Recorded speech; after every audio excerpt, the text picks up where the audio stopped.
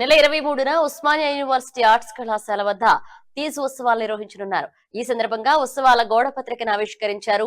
బంజారా ప్రొఫెసర్లు, పరిశోధక విద్యార్థులు పెద్ద సంఖ్యలో పాల్గొనాలని నిర్వాహకులు పిలుపునిచ్చారు. తీజ్ను రాష్ట్ర పండుగ గుర్తించి అధికారికంగా నిర్వహించాలని ప్రభుత్వాన్ని డిమాండ్ చేశారు. ఈ నెల 15 నుంచి 23 వరకు వివిధ కార్యక్రమాలు నిర్వహించనున్నట్లుగా తెలిపారు.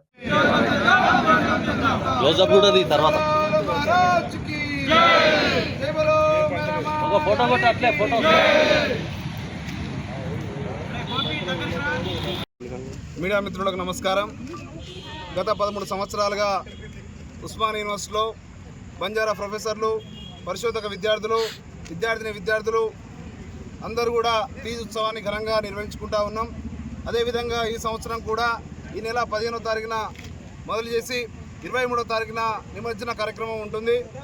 ఏదైతే బంజారా ఆడబిడ్డలు మరి ఈ సమాజం అందరూ బాగుండాలి, అందరు ఆరోగ్యం బాగుండాలి అని చెప్పి కోరుకునేటువంటి పండుగ ఈ యొక్క తీజ్ పండుగ.